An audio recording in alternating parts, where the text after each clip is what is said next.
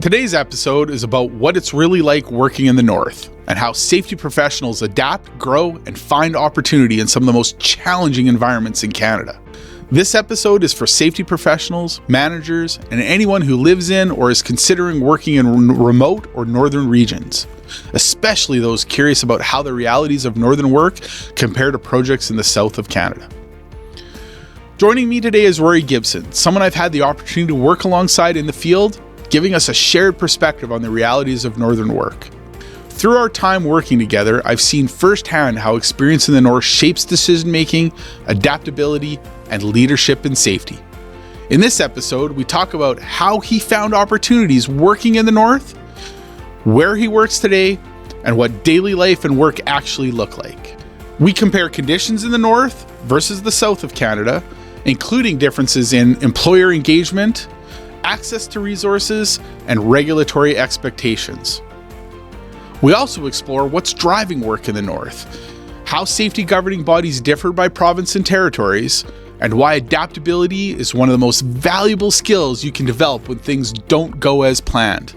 If you're curious about northern work or want an honest comparison between northern and southern operations, this episode offers real-world insight from lived experience. I don't think it matters where you are, but I just find it, especially in the North, the days are short in the winter, the conditions are challenging to say the least, and I'll just focus on what actually needs to be done instead of mess. Other than that sort of groundedness you talked about, the common sense, the being able to just work with the people on the actual problems, what else do you enjoy about working up north? The landscape and the people are generally really good to work with, right?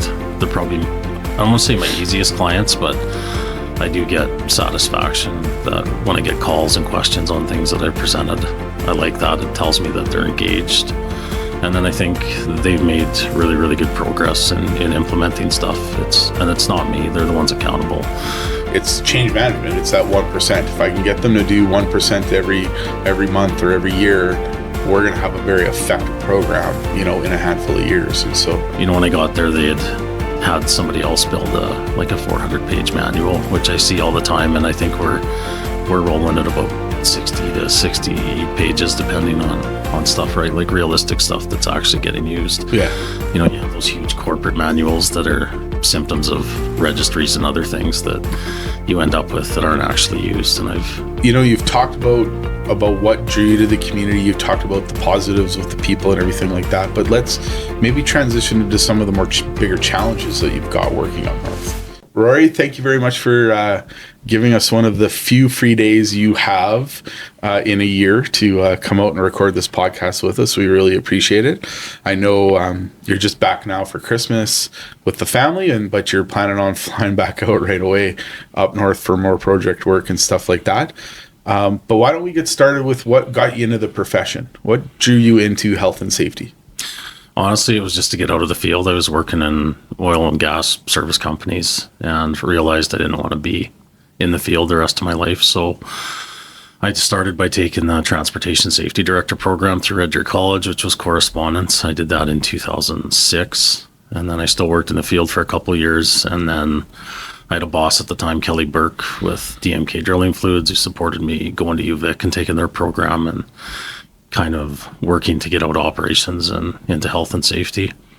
And then Savannah Energy Services, or I guess it's Savannah Well Servicing at the time, that was my first job in safety, hired me to look after their service rigs in Grand Prairie in the north, and that was kind of where it all started, and that was 2009 that I started there. And then went after that, Pure Energy, FMC after that, well testing, wireline, doing safety for them. Then a short stint with Pembina, looking after their Valley View pump station construction. And then I went to the Government of Alberta, the GOA, with Alberta Environment and Parks and Wildfire as their internal health and safety coordinator. And I did that for about 4 years till 2019. And then I had an opportunity to go to Nunavut with Nunavut Housing Corporation just to look at a couple communities for the property maintenance side, the local housing organizations. And I quit the GOA while I was there. And I've been there ever since as a full-time thing. So I'm the corporate safety officer for Nunavut Housing Corp. which is a full-time gig. And then I still do quite a bit of consulting for different organizations like SACU, which is a local company out of Rankin. I look after their health and safety on their property management side. And then I do quite a bit of work for was Tech Coal, now it's Elk Valley Resources. I look after their confined spaces. And then Petronas in Calgary. I just did a big reboot on their contractor management program over the last 2 years. And then a few other little things. I audit for Energy Safety Canada for some select clients. And yeah, here I am. I'm kind of all over the place. Well, I giggle because you say I wanted to get out in the field, yet you just told me before the podcast you were 350 plus days up north. Up north or out east, yeah. Yeah, traveling for Nunavut Housing Corp and the other companies that you work for. So you're not really out of the field. No. But it's a different type of field work. And yeah. Yeah, not having to be out so early in the morning and cold and everything else, right? Yeah. And doing something that's a little more mentally challenging, I guess. And yeah, it's a different kind of field work, right? Yeah, it totally is. And it's a lot. It can be a lot of fun if you know what you're doing and you get a different pace every day, different things to do every day. And like you say, you've got different clients, so you're doing different things. But what drew you up north to Nunavut Housing Corp? What made you sort of go after that opportunity? I don't know. The first town I went to was Kugluktuk, and just a different challenge, right? Completely different. It wasn't oil and gas. It wasn't really no other safety professionals in the mix, which was nice. I could do what I really thought needed to be done. And it was just different. It was kind of a fresh start. There wasn't anything formal in place. The people working there were excellent at keeping themselves safe and doing the work safely. And they had a lot of processes in place, but they weren't formalized and have a formal program and things like that. And just the people are a lot easier to work with, I find, in the north. They're very realistic. We can solve problems based on risk rather than compliance and all these other imagined safety requirements, which I think a lot of things are in the south, or especially in oil and gas. I find, we do things just to do them, or it's very paper based, and up there it was very realistic and work with what we have and get it done. Yeah, you see that a lot.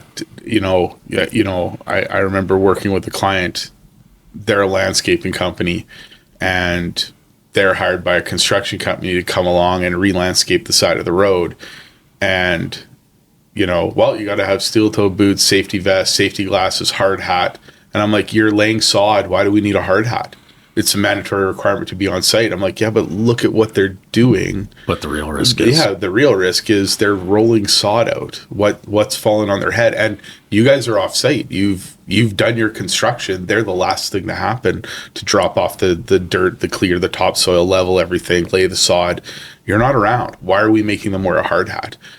It's mandatory. It's any of our work sites, you have to wear steel-toe boots, safety glasses, safety vest, hard hat, gloves. And I'm like, why?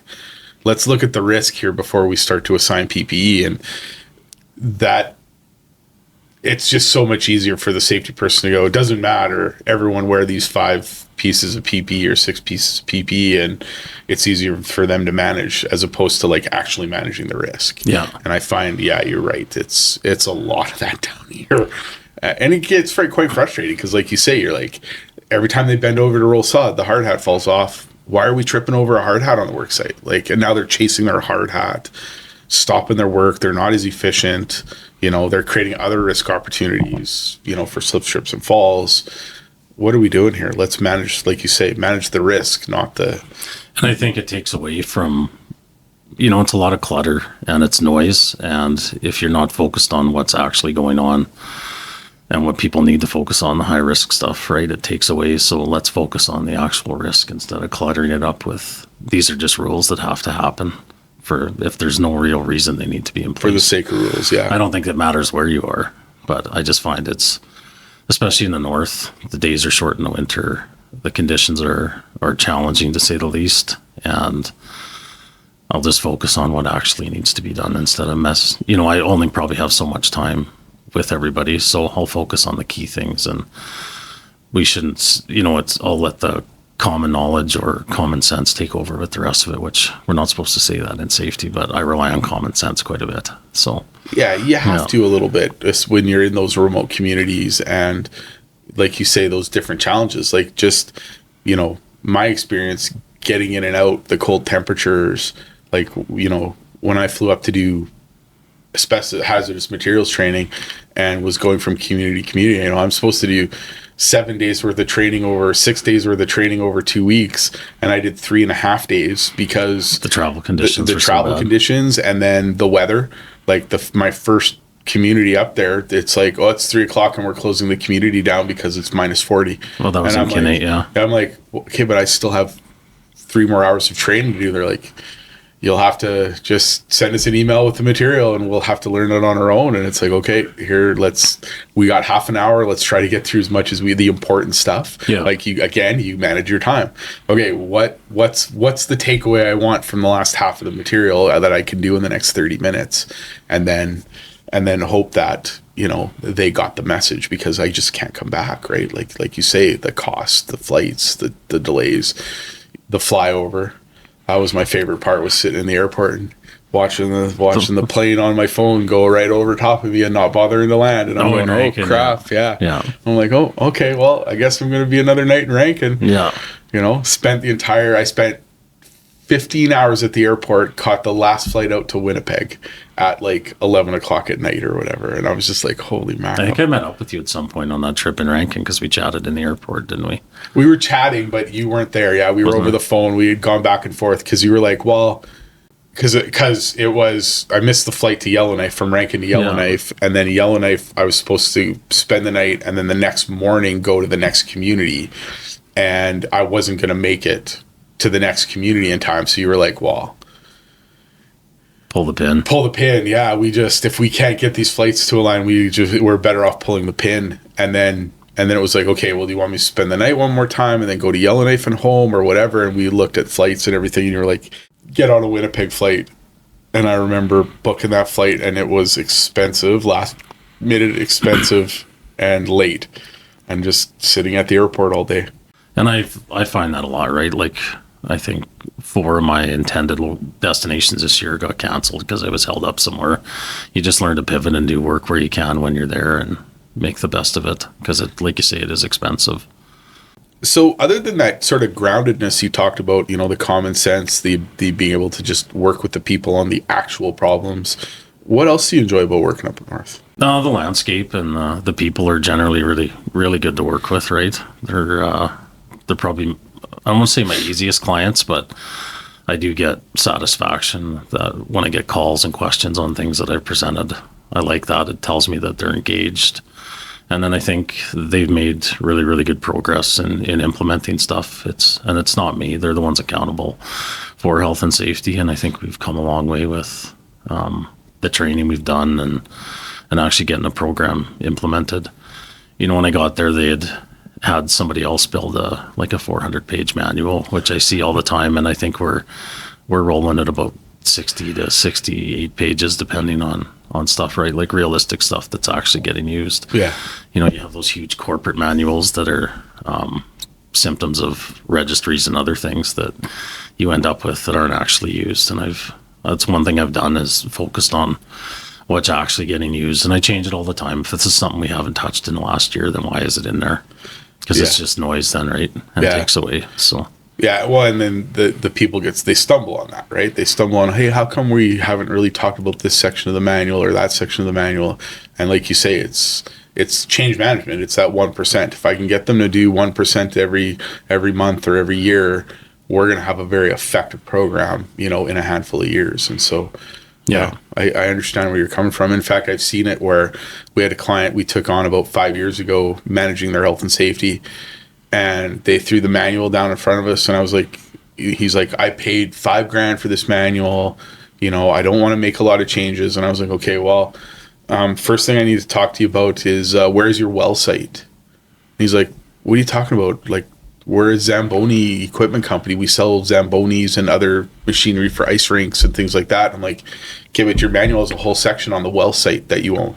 Yeah. Can you show me that? Well, I don't have a well site. Okay, well, you got a whole section on forestry. Can you show me all the trees that you're cutting down? And he's like, well, I don't do that either. And I'm like, yeah. And then I'm like, point out 9 other sections in his manual for operations that he doesn't do. And I said, you bought a very generic manual that meets the OHS code because they didn't learn your business. And so he had this big 2-inch binder manual, and we narrowed it down to a 1-inch binder manual and focused on his operations. Let's build this to suit your needs, not let's worry about core, let's worry about the legislation later. Let's build it to your needs, and then we'll tweak things for core, we'll tweak things for the OHS legislation as we need it. And that worked really well for them. But they didn't understand. He was so angry when he realized what he paid for. And I was like, yeah. And that's an issue too. And I built this from the bottom up, which is not the typical way. You usually start with element A or 1, depending on what CP you're using. But I started at the ground level and with building inspection forms and hazard assessments, and did the corporate stuff after the fact. Yeah. Well, go with what's getting used, because that's our lowest risk. And that's what gets the buy-in, right? Is working with those guys. If you get buy-in from them, the corporate's buy-in's already there. They've hired you. Yeah. So you got to get those guys to believe in what you're doing and to buy into what you're teaching them and showing them. So yeah, no, that makes a lot of sense. You know, you talk about the people. You've talked about that sense of community. Is it like that everywhere you go up north, or do you have some differences depending on the community? Because I know they're quite isolated. Yeah, there can be changes, but as a whole, everybody's pretty good to work with, right? Yeah. As long as you're providing value and committed to actually supporting I hate the term safety cop, but that type of if you're that type of professional, it doesn't work, right? You're there to support and do a bit of guidance, and just remember, ultimately they're the ones accountable. So and that's my experience too, is we found really working with the even with the different communities, they're eager to learn because they don't know. So when we're helping them with hazardous materials or teaching them how to collect bulk samples, we've said, like, just FaceTime us or call us over the phone. We'll walk you through the building, make sure you collect the samples properly, all that other stuff. And that, like, all of a sudden they're now even more committed, because you're not just going, hey, read this SWP and follow the steps. You're going, hey, look, just call us. We'll walk you through the SWP. We'll walk you through the building, what you're seeing, making sure we collect the right number of samples, the right type of samples.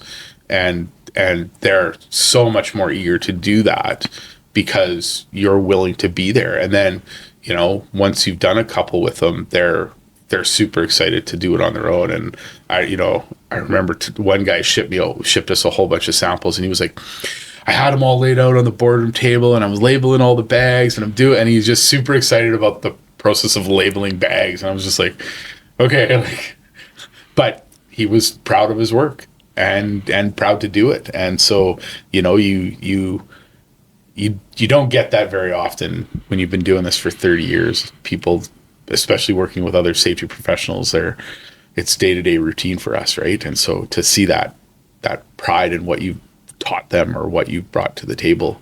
And that was a goal with bringing in to do that, is to enable them to do a lot of it themselves, because it's typically just been me or hiring somebody else to do it, which is not the most cost effective. And I think it really helps with getting them to do it, that they can recognize the hazard and they think about it now right after sitting through the courses with you and stuff. And we had good feedback and buy-in on those last few rounds of training. So. Yeah, no, and I've always gotten positive feedback from everybody on the training.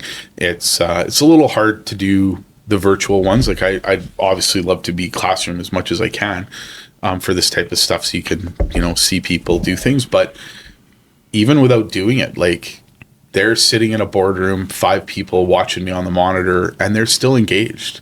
I remember the last round of training we did for the mold. They had to set up a computer in a guy's office to link to the monitor in the boardroom. So every time they had questions, someone would have to run back to the office, interrupt me from 2 minutes ago. Hey, 2 minutes ago you talked about this. One of the guys has this question. Can you answer that? And so that engagement and that sense of pride was definitely there. Like, it's not like they're sitting there, they've got it on, but they're working on their computer over here, and they're engaging with each other too. When you talk about, okay, I want you guys to go do this assignment for the next 20 minutes, and they'll work with each other to like make sure they're learning and getting those best practices. And it's nice to see, especially on the virtual stuff, because it's so hard to gauge engagement virtually. But they're definitely engaged. So it's nice to see. Yeah, and I find that part of my job actually relatively easy. Engagement is seems to be more simple there than, I'll come back to Alberta or southern BC to do some work with a mining client I have, and it's hard to get engagement sometimes, and they're doing it because they have to, which is never enjoyable as a professional. Yeah, it's nice to be asked for stuff and take that route. You've talked about what drew you to the community. You've talked about the positives with the people and everything like that, but let's maybe transition into some of the more bigger challenges that you've got working up north. Getting FaceTime with everybody, right? Just because the travel is sometimes tough, and like you said, virtual isn't always ideal.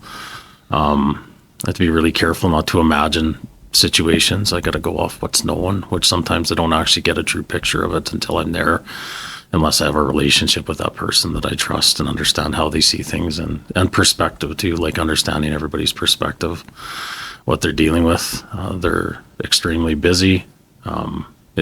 It is a really, really busy department in each community, the housing maintenance and stuff. It's so critical, right, because of the environmental conditions and other challenges. And you always got to understand somebody's workload and stuff.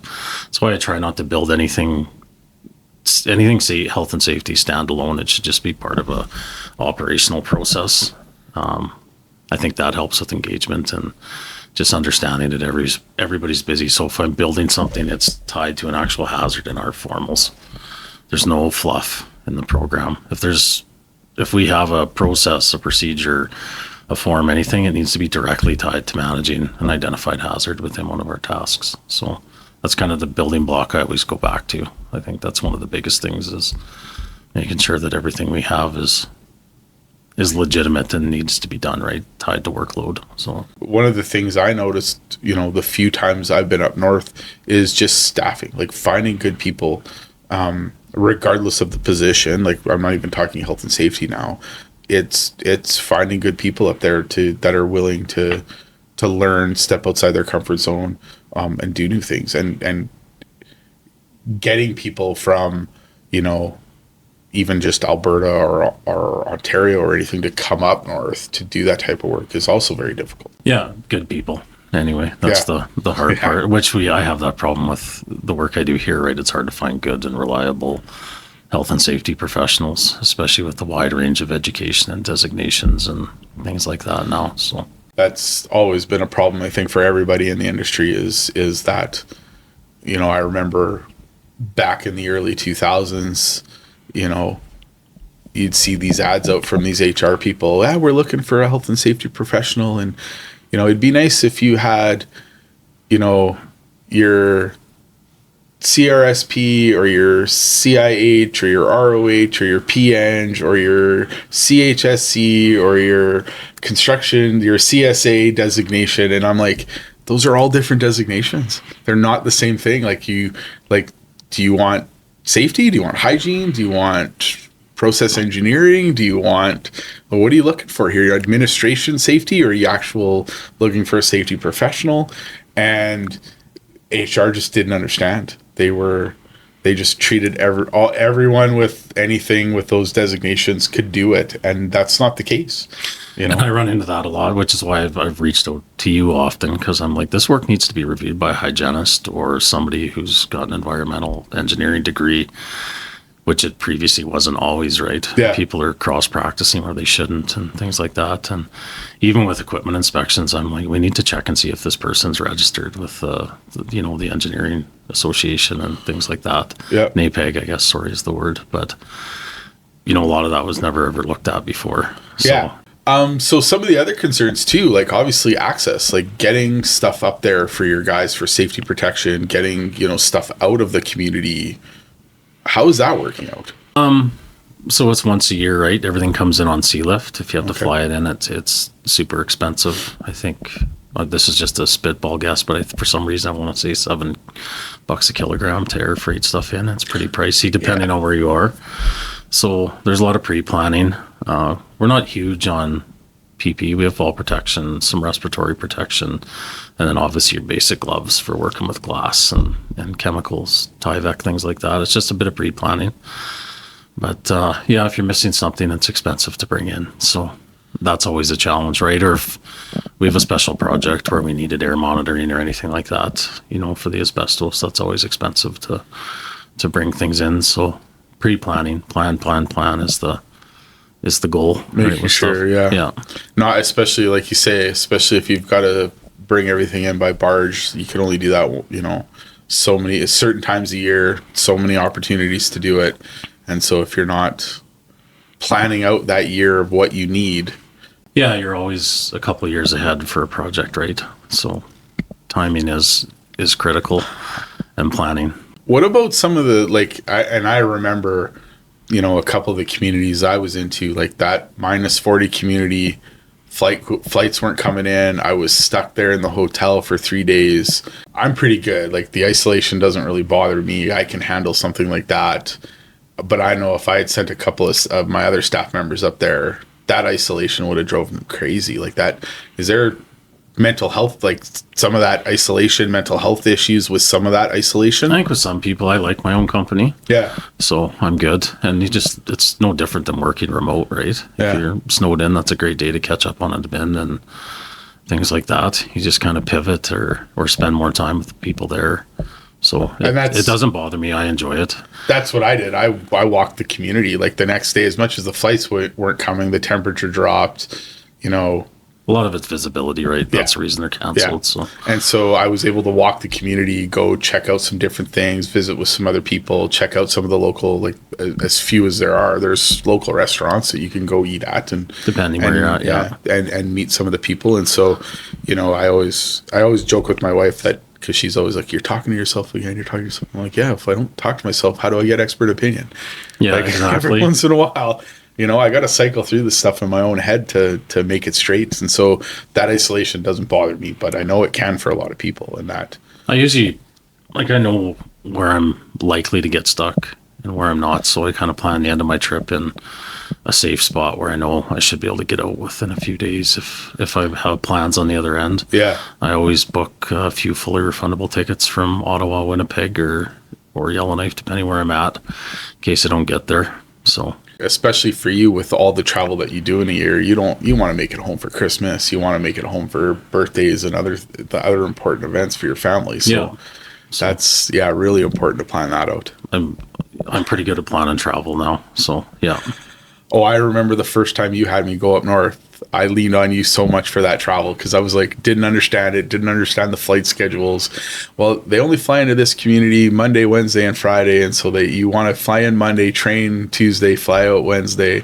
And then you got to sit here for a day because you got a flight here, and then you'll train the next day. And I'm like, I got days where I'm just sitting in my hotel room because you're waiting for the next flight or waiting for the next opportunity. And that's like I say, when I plan or if I got to build something or do something, I make use of my time. So I work when I'm there. And I was okay. I'm sitting in the hotel room. What reports can I work on? What stuff can I review? I got a lot of personal stuff done in that time, believe it or not, with my personal server. And so, you just find ways to remote in, and believe it or not, like I found anyway, like everyone warned me, the internet's not so good up there, but I had great internet when I was up there. Starlink's been a game changer. It used to annoy me if I was stuck somewhere where it was poor, but now you can get on and do anything you were going to do. Yeah. So I'll do a lot of virtual training if I know I have a layover somewhere. Yeah. So I can remote in. I was remoting into work. I was remoting into my personal server. I was doing all sorts of stuff, and I didn't have any of those issues. So a lot of that stuff is improving as technology improves. So it definitely makes it much more accessible to for people to get up there and not feel that isolation, because you can get that access, even though there are still some communities that shut their power down and have to conserve energy and things like that. It's not so bad. Yeah, just be prepared with anything. Yeah, no, it's a lot of fun too. You hear a lot of rumors, and like I've seen a lot of it firsthand myself, is a lot of the work that's driven up north is driven by the government pushing things, the government doing things, helping these communities. Talk about that for a little bit. Yeah, a lot of the work is on behalf of the government. So the housing that I work with is, and a lot of the internal infrastructure projects are all government money, but there is some industry happening now, and there's some larger projects. There's some mining. There's a couple new mines in Nunavut, which are driving work. I'm not working with any of them currently. And there's some big projects too on the horizon. Like there's a factory going in Arviat for building modular housing and stuff, which will be a big employer. The Kivalik Hydro and Data Link power line from Manitoba is going to be another really large project coming in the territory, which I've done a bit of work with. So there's some other industry and stuff coming in to drive work, and as a part of that, health and safety too, right? So yeah, it drives our industry if there's more of those private sector jobs, private sector things that are going on. And there's always infrastructure projects, airports, things like that on the go, right? There's a big investment in the territory lately. So, but again, that's a lot of government money working with the airports, working with the communities to build those things, and they're, they try really hard to keep the money in the community as much as, I talk about the work that I do up there, the work that you do up there.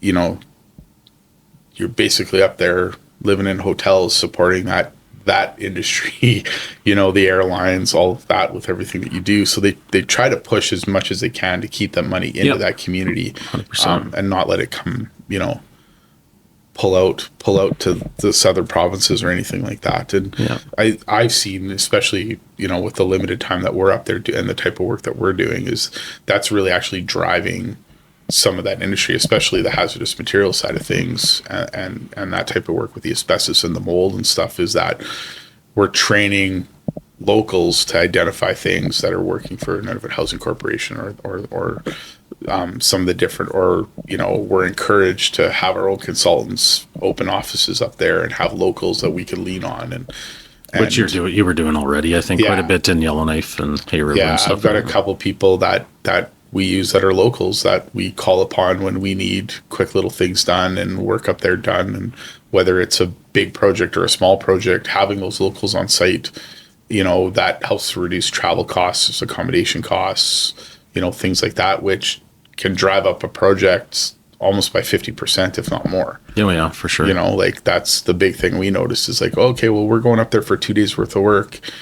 It's a $5,000 bill, and $4,000 of it is travel and accommodations, right? Like, we're such a small component of that bill, and trying to understand why, right? And that's just the remoteness of what we do. Let's talk about enforcement dynamics, because I know WSCC is spread pretty thin, and they don't have, again, the ability to access a lot of the smaller communities like you do with your job or with what I do as a consultant.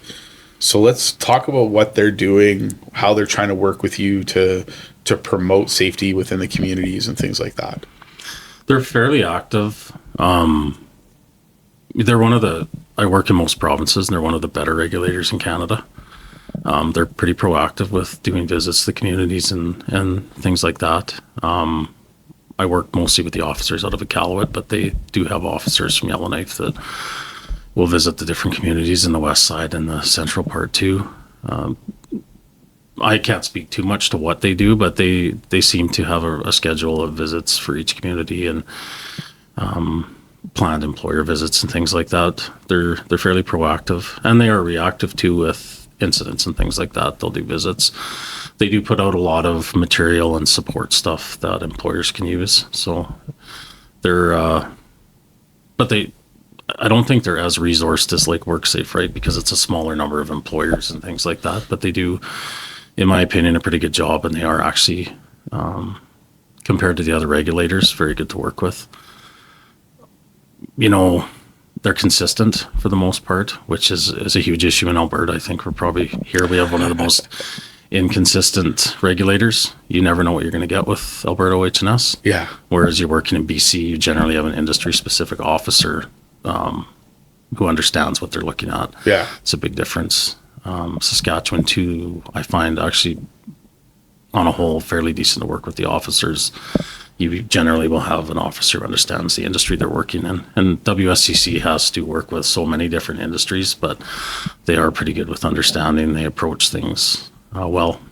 for the most part. Yeah, and our experience with WSCC is, especially on the hygiene side of things, like with what we do with hazardous materials, they've got a general understanding, but they rely on the consultants to be the expert. And they're not afraid to say, hey, you know what? You got to listen to Jason. You got to listen to Jada. They're the experts. That's why you brought them in. You know, we're going to back up whatever they say, you know, because we're not giving bad advice.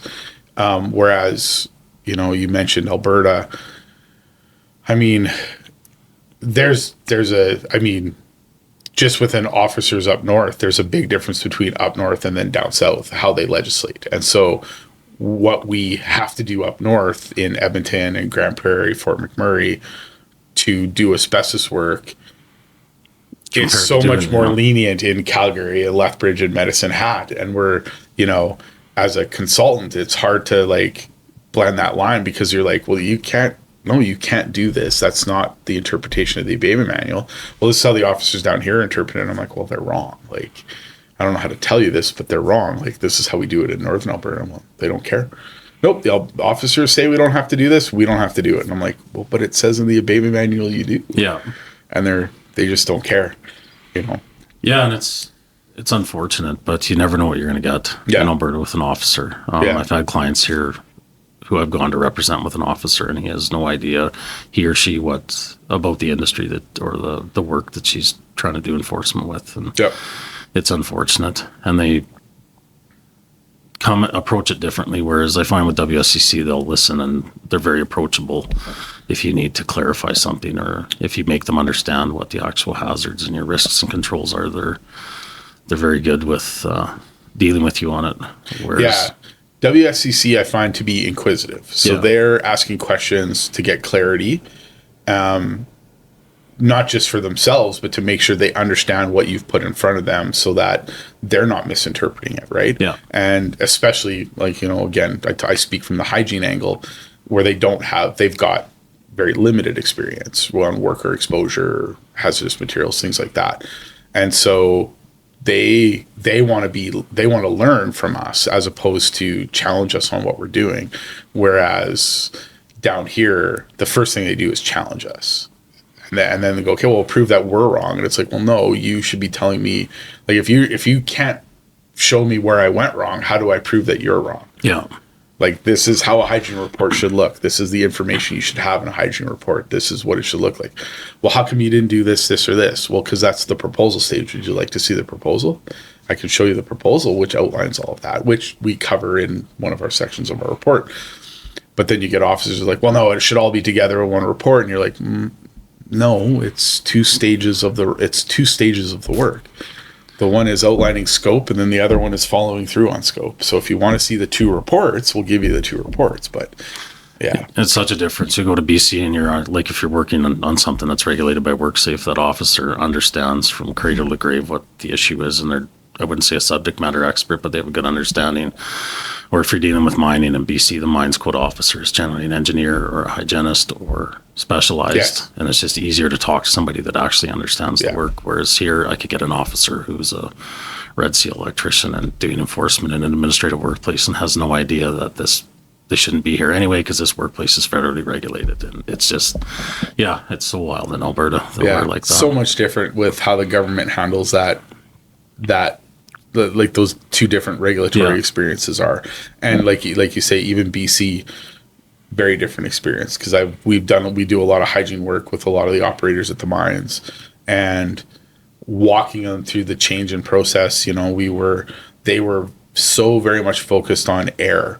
Like, we got to have air exchanges, we got to do this, we got to do that. And I was like, why don't we introduce, instead of air, because it's really expensive to redesign ventilation systems 4 stories underground, and you got to pump out in fresh air, and you got to pump out the bad air. That's really expensive. Why don't we add water to the system? So instead of ventilation as our engineer control, we can add water to the process we're doing. And we're at a dime. We're at a hydro station. We've got easy access to water, and we can easy to collect the water, easy to use the water, and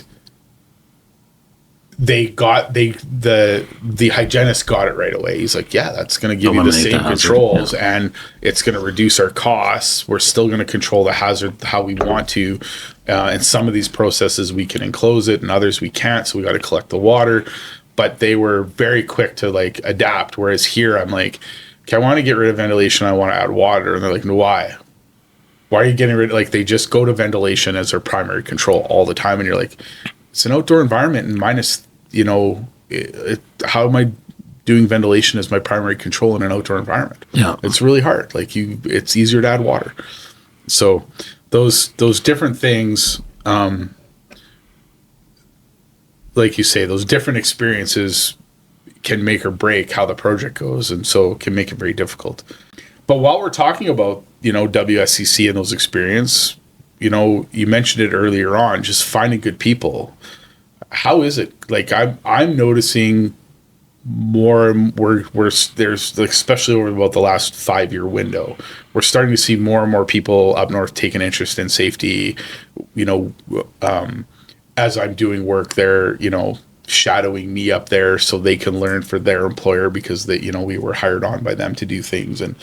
And what's your experience there? Are you seeing more and more people willing to take an interest, or is there still a demand for the experts? I just hired somebody, and it took, quite a few years to find somebody that actually wants to do the work and understands it, who I think has a reasonable chance of succeeding. I've had a few guys work for me that are 1 or 2 trip guys, and it's just not for them. It's hard for some people who, especially I find guys I brought up from oil and gas, who are used to this structure on how things are supposed to go, or in their eyes it looks like, and it's just a little different there, right? We don't have oodles of time to burn and waste. Everybody's busy, so just focusing on risk it's hard to find people that can switch from the mindset they're used to down here from working in Fort Mac or the 13 sections of the manual, and building out your policies, and then building out, so it can be opposite for sure. And I think in general there's just a shortage of experienced professionals in this area anyway, right? That I can work with anyway. So yeah. How, I shared a story earlier on about the difficulty of finding good people up north, whether it's construction or healthcare or whatever it is. But I'm finding, there are more locals that are taking an interest in health and safety and seeing a value add in, the hazardous materials side of things and doing things that way correctly. What's it going to take, do you think, to sort of push more locals into that industry? Oh, I'm not sure. I think it'll come, I guess. I don't think there's been a lot of opportunities or pushing it, right? There's no programs in place. Like Northern Safety Association does have an NCSO program, but they don't have a huge presence in Nunavut, or any, actually, that I know of. It's in Yellowknife. So yeah. And I don't know if that's because it works for construction, but it's not a designation that works for overall corporate management and things like that. Yeah. So probably what's going to push it, I'm not sure, honestly. I don't know. So maybe just as things grow and we get more larger projects with more safety people, exposure to it might help. I'm not. Yeah, it's a hard thing to pin down, because you've got to, they have to know that it's a career, that you can make a career of it.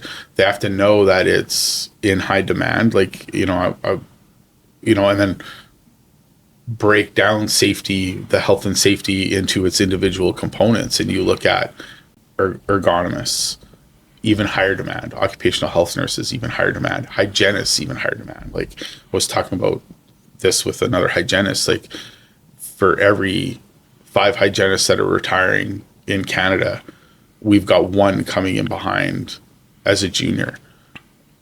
That's not sustainable and we're already short on the number of hygienists we need. And it's one of those things, unless you're working in the industry, you don't even know what one is, right? Yeah.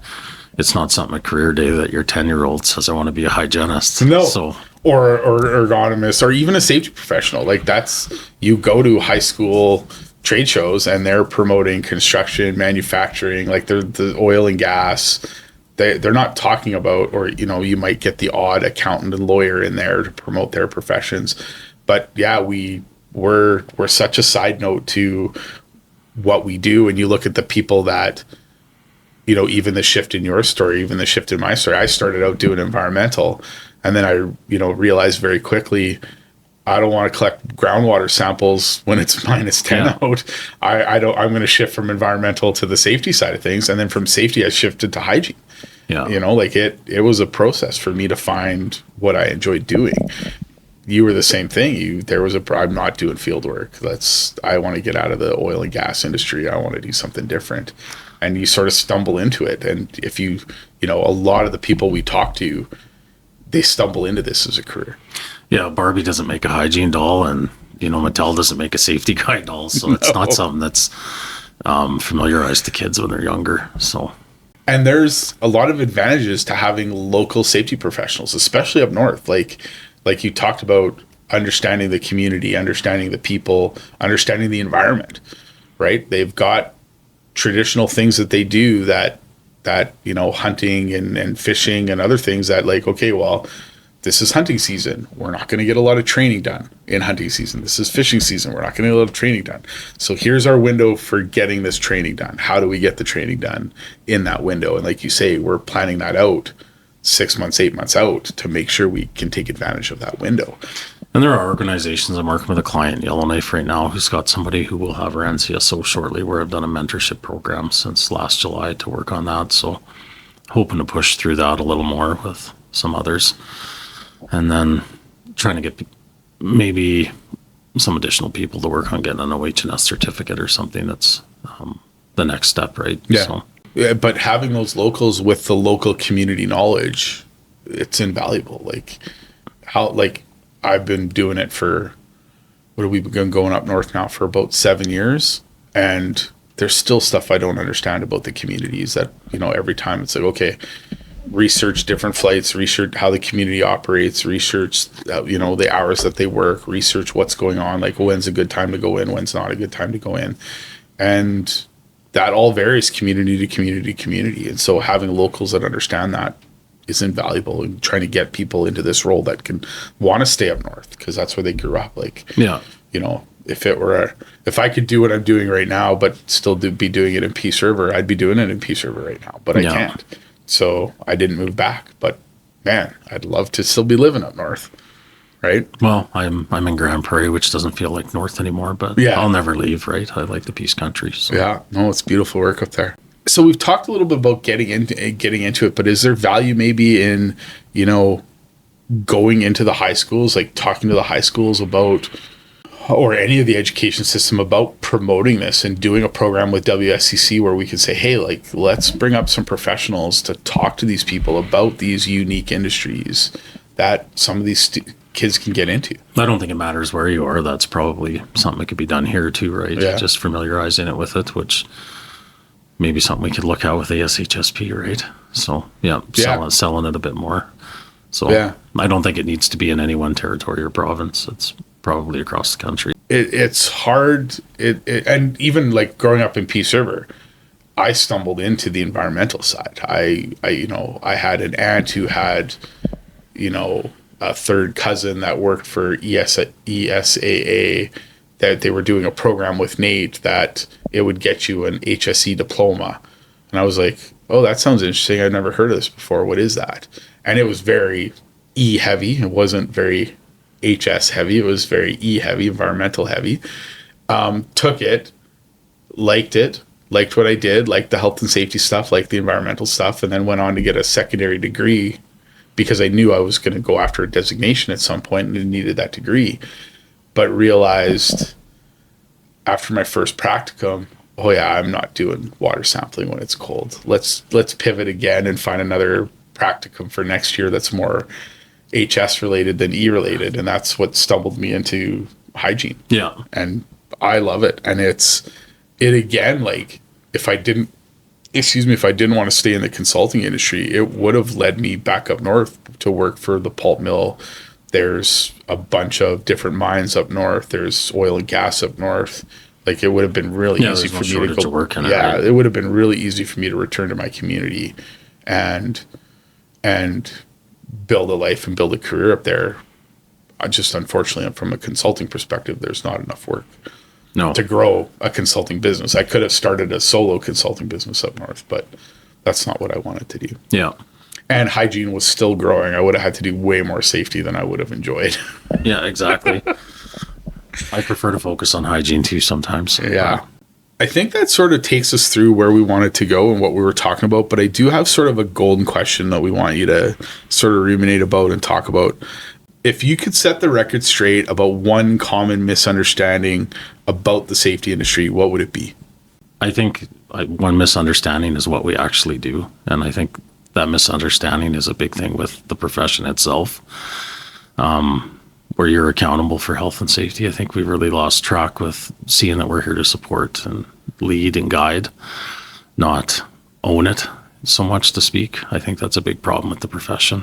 Yeah. Is understanding what your actual role is, right? I see so many safety people get worked up when somebody doesn't follow what they do, and they don't see that that's an issue with themselves and how they present it and sell it and try and, I think people fail to guide and lead, right? And things like that. So that's probably one of the biggest issues and misunderstandings with the industry, what we do. And I think the other thing is understanding what the different designations and training allow you to do.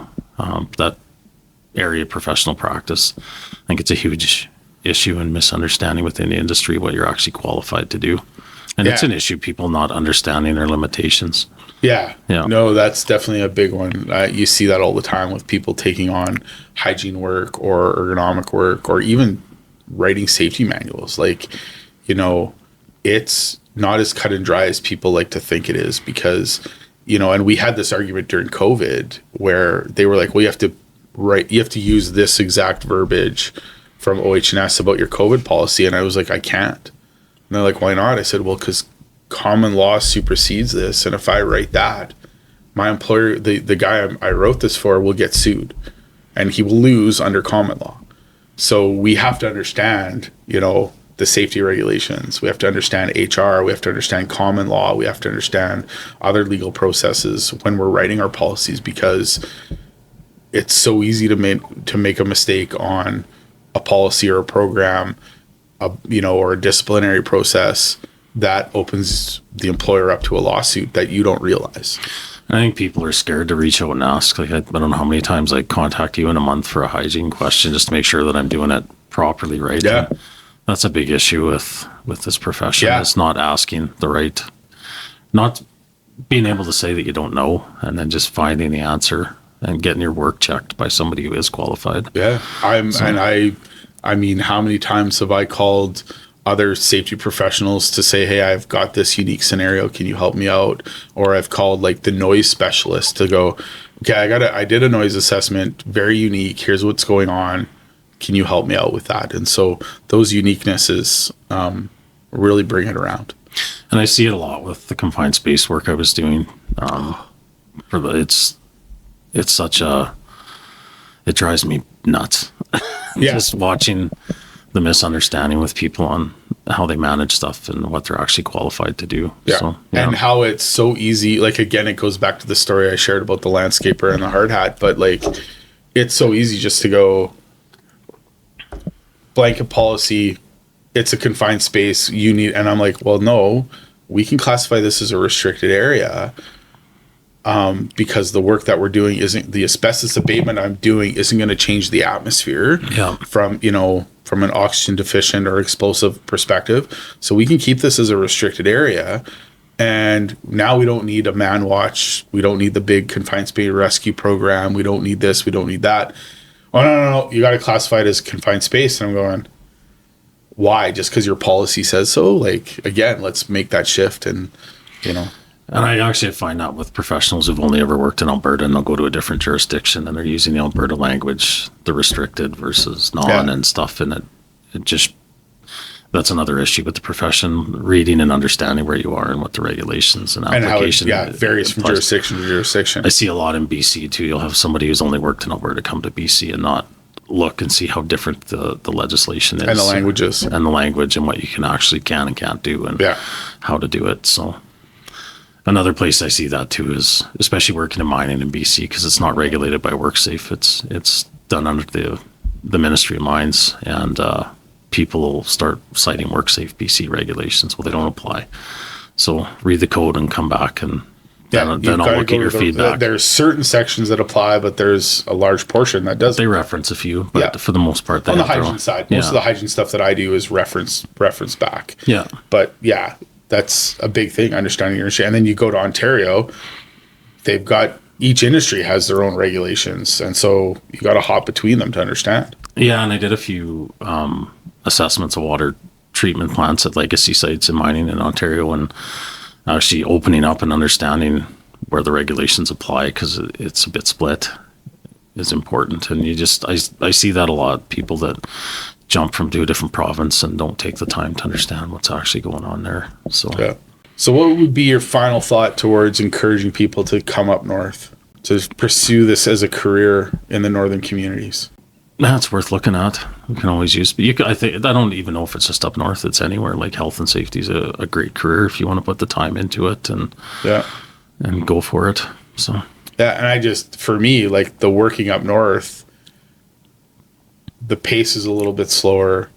The environment, like there's nature up there that you don't get to see back home in Alberta or BC or Saskatchewan that you get up north. Oh yeah, there's lots of that stuff. You're going to have time to go and explore that environment. You're going to have time to explore the community and the different arts and the different things that they do in those communities. And so like that's what I was doing with my downtown up there, was exploring that and exposing myself to that culture that I wouldn't get down here. And so, you know, if you like nature, if you like exploring, you know, the history of Canada or some of that type of stuff, if you like to, you know, don't mind being alone to read a book, northern work is great work. It gives you all of that stuff with your spare time. And so it's not like you're sitting in a hotel going, what do I do with my time? No, hey, get up, get out, explore the community, and they are more than welcome. They want you to learn and be educated about what they're doing up there. And the longer you're there, the less time you'll have to do any of that, because you just get super busy. So, that's true too. There's lots to do. And the more connections you build, the more work you're going to have. So yeah, there's no shortage of work. Perfect, Rory. Well, thank you very much for your time. I think this went really well. Yeah, and I appreciate you doing it. And we'll I'm sure find another opportunity to do another podcast with you in the future. Perfect. Thank you. Thanks, Rory.